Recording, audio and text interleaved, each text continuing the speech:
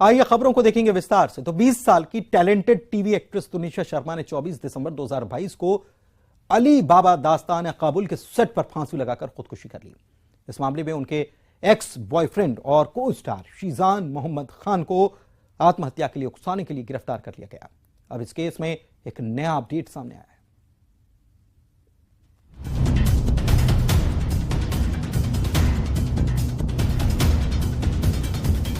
TV actress Tunisha Sharma मौत मामले में उनके को स्टार शीजान खान को वसई अदालत ने 4 दिन के पुलिस रिमांड में भेज दिया है। पुलिस ने शीजान को आईपीसी की धारा 306 यानी आत्महत्या के लिए उकसाने के आरोप में गिरफ्तार किया था। मौत से ठीक पहले 20 साल की तुनिशा एक म्यूजिक वीडियो शूट करने के लिए सेट पर मौजूद थी। सेट पर मौजूद लोगों ने पुलिस को बताया कि वो बिल्कुल नॉर्मल थी।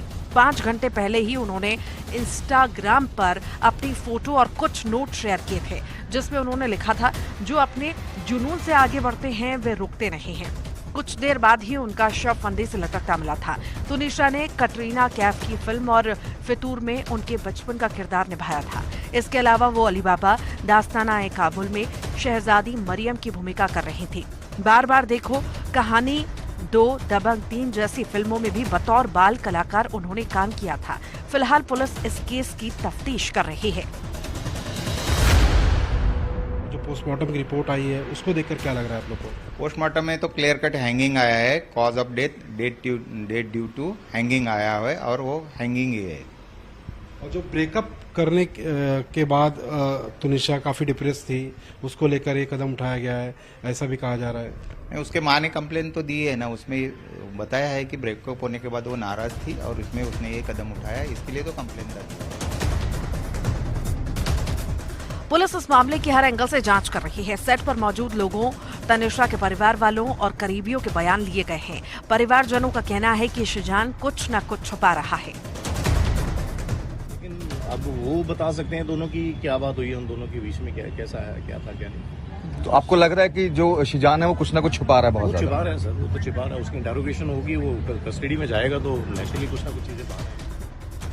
उधर शीजान खान के वकील का कहना है कि उनके क्लाइंट पर लगे सभी आरोप बेबुनियाद हैं और सिर्फ संदेह के आधार पर लगाए गए हैं। जान गया है, इसलिए कोर्ट अपना काम कर रहा है, हम अपना काम कर रहे हैं, आप लोग अपना। 4 दिन की कस्टडी दी गई है क्या? जी, 4 दिन की कस्टडी दी गई है, उसमें पिक्चर क्लियर हो जाएगा। अगर कुछ रहेगा तो पुलिस इन्वेस्टिगेट करेगी। पर आत्महत्या के लिए उकसाने का केस है। नहीं, ऐसा देखिए, आज कोई भी अगर ऐसा होता है तो इंस्टिगेशन लगता है, ठीक है। उसके ऊपर ऐसा लगाया गया है, ऐसा उसने कुछ किया नहीं। छोटी सी उम्र में अपनी पहचान बनाने वाली तुनिशा को अली बाबा दास्तान काबुल में शहजादी मरियम के रोल से पॉपुलैरिटी मिली थी। 4 जनवरी 2022 को चंडीगढ़ में पैदा हुई तुनिशा को बचपन से एक्टिंग का शौक था। अपने बर्थडे से कुछ दिन पहले इतना बड़ा कदम उठाकर अपने परिवार और चाहने वालों को जिंदगी भर का गम दे दिया है। Bureau report, news 18।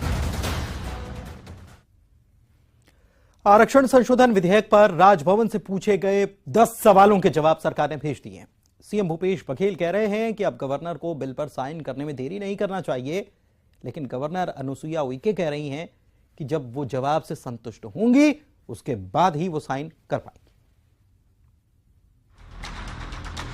आरक्षण संशोधन विधेयक पर राजभवन और सरकार के बीच मची खींचतान के बीच आखिरकार सरकार ने जवाब भेज दिया है। विधानसभा से पास होने के बाद बिल को संवैधानिक मान्यता के लिए राज्यपाल के पास भेजा गया था। इस नए बिल में कुल 76% आरक्षण का प्रावधान है। राज्यपाल अनुसुईया उइके ने बिल पर साइन करने से मना करते हुए कहा कि अगर ये मामला कोर्ट में गया तो सरकार 76% आरक्षण का बचाव कैसे करेगी, वो भी तब जब हाल ही में कोर्ट ने 58% आरक्षण के प्रावधान को अवैधानिक करार दिया था। राजभवन ने इस बिल को लेकर 10 सवालों की लिस्ट सरकार को भेजी थी और जवाब भी मांगा। हालांकि इसे लेकर काफी सियासी हंगामा मचा और कांग्रेस की तरफ से आरोप भी लगाया गया कि बीजेपी के इशारे पर बिल को रोका जा रहा है। हालांकि तमाम वाद विवाद के बीच सरकार ने 10 सवालों के जवाब भेज दिए हैं। सीएम भूपेश बघेल का कहना है कि अब राज्यपाल को बिल पर साइन कर देना चाहिए। राज्यपाल को जवाब भेज दिया गया है। हालांकि संविधान में ऐसी व्यवस्था नहीं है, लेकिन राज्यपाल जी ने विभागों से जानकारी लेनी चाहिए, तो जवाब भी भेज दिया गया है। अब तो उन्हें हस्ताक्षर कर देना चाहिए। उन्होंने जब तक जवाब नहीं मिलेगा तब तक हस्ताक्षर नहीं करूंगे। तो जवाब भेज दिया गया, अब तो हस्ताक्षर हो जाना चाहिए। उधर राज्यपाल का कहना है कि सरकार के जवाब के सभी बिंदुओं की स्टडी की जाएगी और जवाब से संतुष्ट होने के बाद ही साइन किए जाएंगे। अब मैं देखूंगी, क्योंकि आज छुट्टी पड़ गई, मेरे पास तो आया नहीं। वो जवाब देखने के बाद भी मैं ये देखूंगी कि ऐसा नहीं कि 4 लाइन का 10 लाइन का पत्र लिख दिया और हमने जवाब दे दिया। मैं जो डाटा मांगा है और क्वांटिफाइबल डाटा और जितने भी लीगल उस पर भी मैं विचार करूंगी, तभी इस चीज के लिए मैं विचार सोचूंगी कि इसमें साइन करना है या नहीं करना है, क्या करना है। और ये तमाम चीजों को मेरा अपने है, इस मामले में मैंने पहले ही आपको समझा दिया। 9 सितंबर 2022 को छत्तीसगढ़ हाईकोर्ट ने राज्य के शैक्षणिक संस्थानों और सरकारी नौकरियों में 58% आरक्षण को असंवैधानिक करार दिया था।